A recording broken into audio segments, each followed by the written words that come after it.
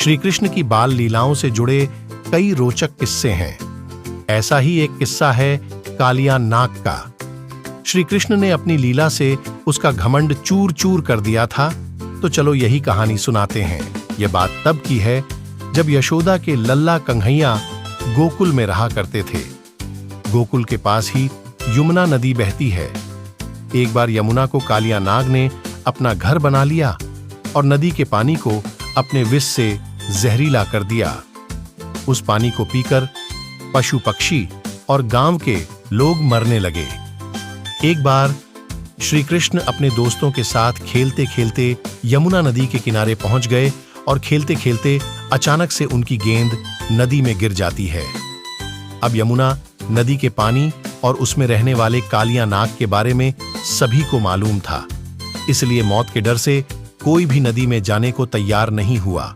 तब श्री कृष्ण ने कहा कि मैं गेंद लेकर आता हूं। सभी बच्चों ने उन्हें नदी में जाने से रोका, लेकिन वह नहीं माने और नदी में छलांग लगा दी। सभी बच्चे डर के मारे घर पहुंचे और यशोदा मैया को कन्हैया के नदी में कूदने की बात बता दी।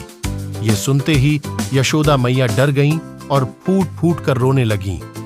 यह बात धीरे धीरे पूरे गोकुल धाम में जंगल की आग की तरह फैल गई।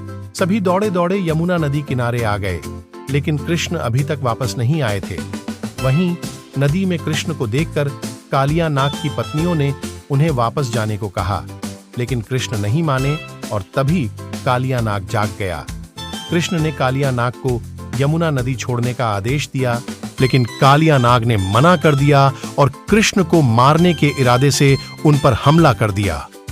कृष्ण और कालिया नाग की जोरदार लड़ाई हुई। कुछ समय के बाद कालिया नाग हार गया और कृष्ण उसके फन पर नाचने लगे। कालिया नाग थकने के बाद कृष्ण से अपने प्राण बचाने के लिए प्रार्थना करने लगा। तब कृष्ण ने उसे अपने स्थान पर वापस जाने को कहा।